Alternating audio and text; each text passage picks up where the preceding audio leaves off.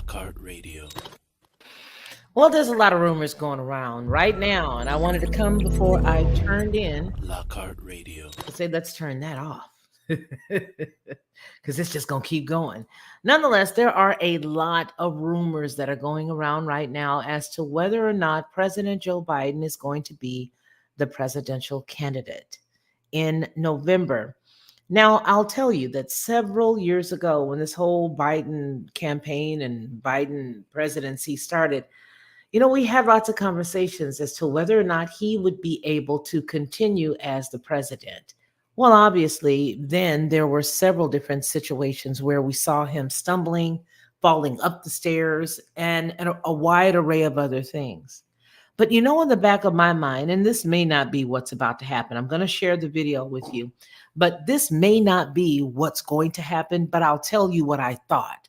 I thought perhaps Biden could be replaced and that they could replace him with dun dun dun Hillary Clinton.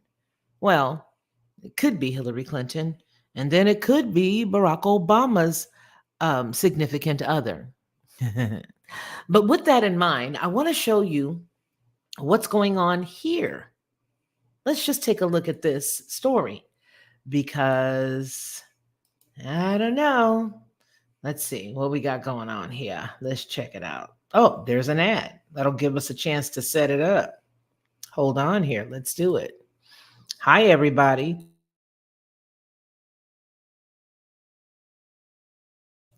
This is coming from CNN. Just the same. Hold on.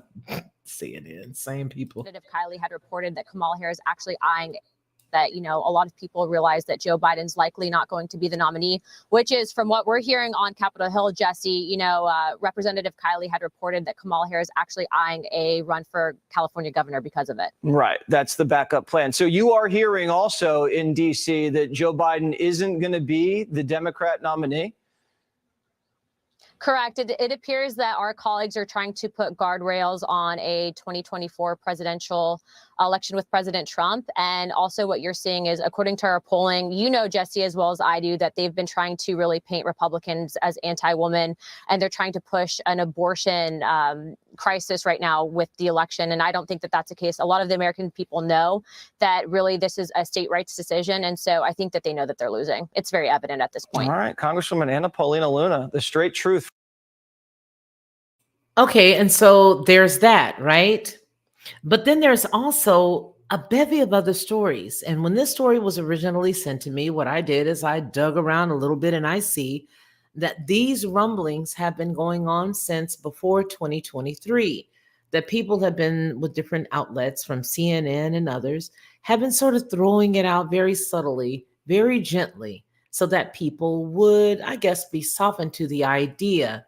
Now, again, like I said before, I did think that he was a little old in the very beginning, and that if he needed to be rescued, it would more than likely be either, Michelle, or it would more than likely be a quick and easy way to get Hillary Clinton in. Now, I'll say this. There were a lot of issues and a lot of gaffes with her in the past where, she was not making it easy getting into a vehicle. She was stumbling a little bit. But according to this article, and there are several like it, there's a secret Democrat plot, allegedly, to replace Biden. And according to this article, it's been revealed how Clinton, Obama, Pelosi, and Schumer would topple the aging president. And when they do it, all of these stories appear to be something that's sort of softening the ground. Let's get into this. Nearly every time President Joe Biden appears in public these days, he fuels chatter. Will aging Joe bow out of the 2024 race? Will he be forced to step aside? In the latest incident, former President Barack Obama was seen on Saturday reaching for Joe Biden's hand and seemingly guiding the 81-year-old commander-in-chief off the stage at a Los Angeles fundraiser. And that came after Biden stood motionless and stared blankly for a full minute, 60 whole seconds, at a Juneteenth celebration at the White House this past Monday as others sang and danced around him. Eventually, Felonious Floyd, the brother of the late George Floyd, noticed Biden's concerning pause and wrapped his arms around to help him. Now, there is something that the White House spokesperson had to say, Andrew Bates. He is denying that Biden froze in the viral video, calling it a cheap fake memo being spewed by the media. But it seems that no matter how much cold water on the Biden campaign tries to pour, or this Democratic Party tries to throw on this raging fire of speculation, Americans will not be put off the great Joe Biden replacement theory.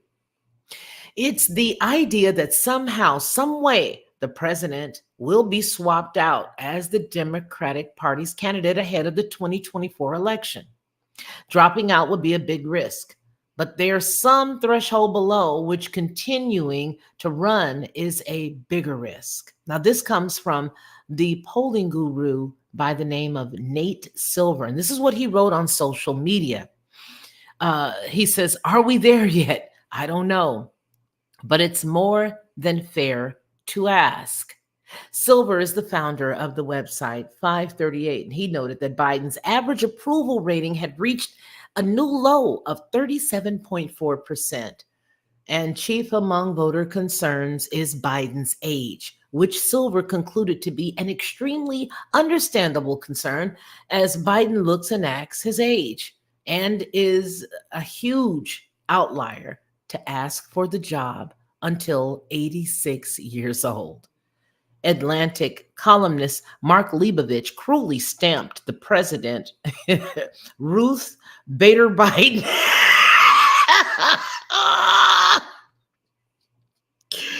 He called his brother Ruth Bader Biden earlier this month. And that's a reference to the late Supreme Court Justice Ruth Bader Ginsburg, who hung out. I mean, she hung out, didn't she, y'all?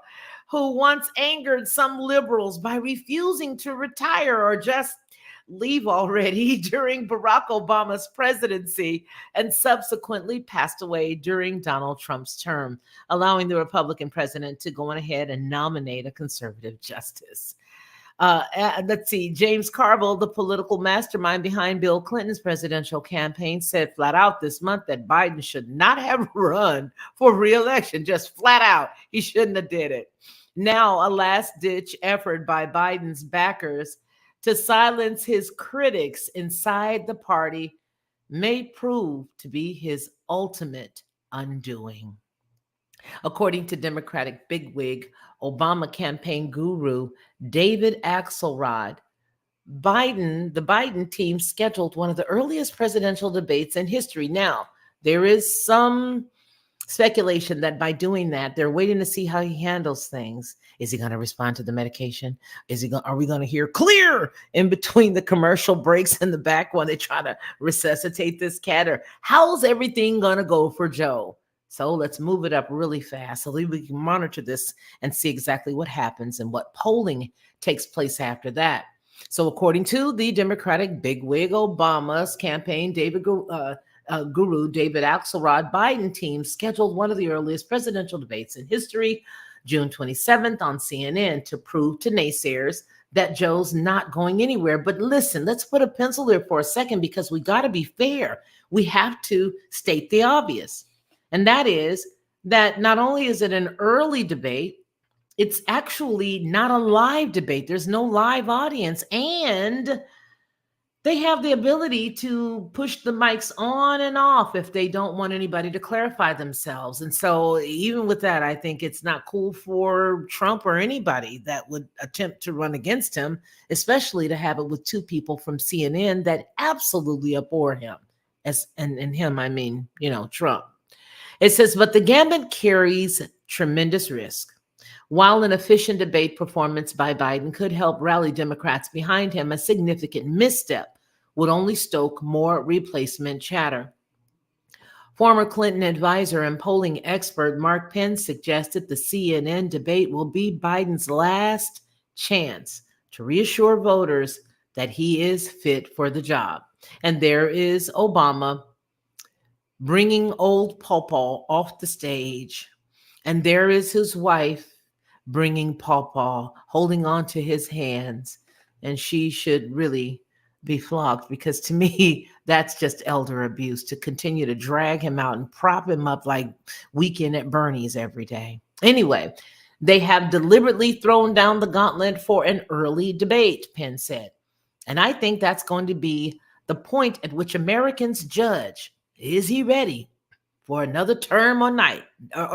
Put him in. Put him in. He can hang. Don't you worry about a thing. He got it. I don't know how much of that stuff he can continue to take, though. It can't be good for the heart and try to make him stay awake like they did the last time. Anyway, thedailymail.com has learned that if Joe stumbles in the first face-off with Trump, or his polling numbers keep falling, it'll take a united front of the liberal grandees to make Joe throw in the towel. The only people who could force him out would be Barack Obama, Bill Clinton, Nancy Pelosi, and Chuck Schumer. And it's going to take all of them to do it on the same exact time. Because he always likes to take people behind the schoolhouse and take them behind the bleachers, and how he threatens everybody. So it's probably going to take about 4 of them to get a hold to him. So the process would be a high risk. One consultant theoretically described the difficulty level of replacing their candidate as similar to trying to turn that doomed container ship that careened into the Francis Scott Key Bridge in Baltimore in May. The sad story ended with a total collapse and 6 deaths. But other party insiders concede that the candidate swap could work if everything was carefully planned and executed. Political columnist Joe Klein theorized in a recent newsletter that if Biden were to stand down, a vigorous young candidate, don't ask me who, he says, could win over the country with a single convention speech in August. Klein's scenario, the Democratic Party's savior would deliver an Obama-esque inspirational speech akin to Barack's famous 2004 speech at the Democratic Convention address that would quickly bring together disaffected Democrats and moderate independents. So there's the gang. The gang's all there. There's Clinton. There's Obama. There's old Schumer. And there she is. I got a drink. Do you got a drink? I'm just looking for a drink. And there he is, staring out into the abyss. There he is. Plus, wrote Klein, the Democratic Party's prodigious dislike of Trump would unite any disaffected factions behind a new nominee. However, there's another potential complication. As the recognized leader of the Democratic Party, a stubborn Biden could refuse to step down and fight on till Election Day, even as the party grows more exacerbated with his performance. Biden is fiercely proud of his first-term accomplishments. Open borders for everyone, which he dubiously boasts are more significant than any other modern president's triumphs. Though, to be fair, Biden was the one who beat Trump in 2020 with the help of all kinds of stuff going on. And at that point where I know I can no longer be impartial, I got to stop reading it. It'll be down below. It'll be down below in the description for you guys if you do want to read the rest of it. But I'm just going to say this. Jack O'Neill says, hang in there, Joe. Hang in there. It's okay. Hang in there. It's going to be all right. I don't really have many words. I really don't. I just brought you the story. But I do want to ask you, what do you think? Do you think that this is a shadow or a foretelling of things to come?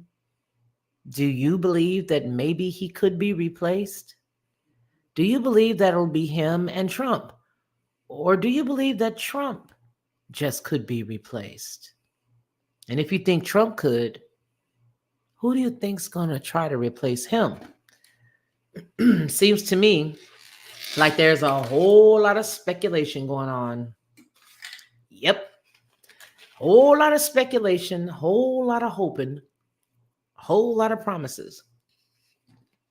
But wouldn't it be amazing if none of this ended up the way that anybody thought it would? Wouldn't it be amazing if they did bring Hillary Clinton out of the laboratory to allow her to be the actual candidate? And then let's look at where they're allegedly going to send, as they do this Democratic shift, to finish off California. They're going to send the camel toe out to California, allegedly. This whole place is a mess. The whole place, I tell you. This is going to be a heck of a year. Keep your ear to the ground and keep your pantry full. For Headlines with a Voice, I am Dr. Felicia Lockhart.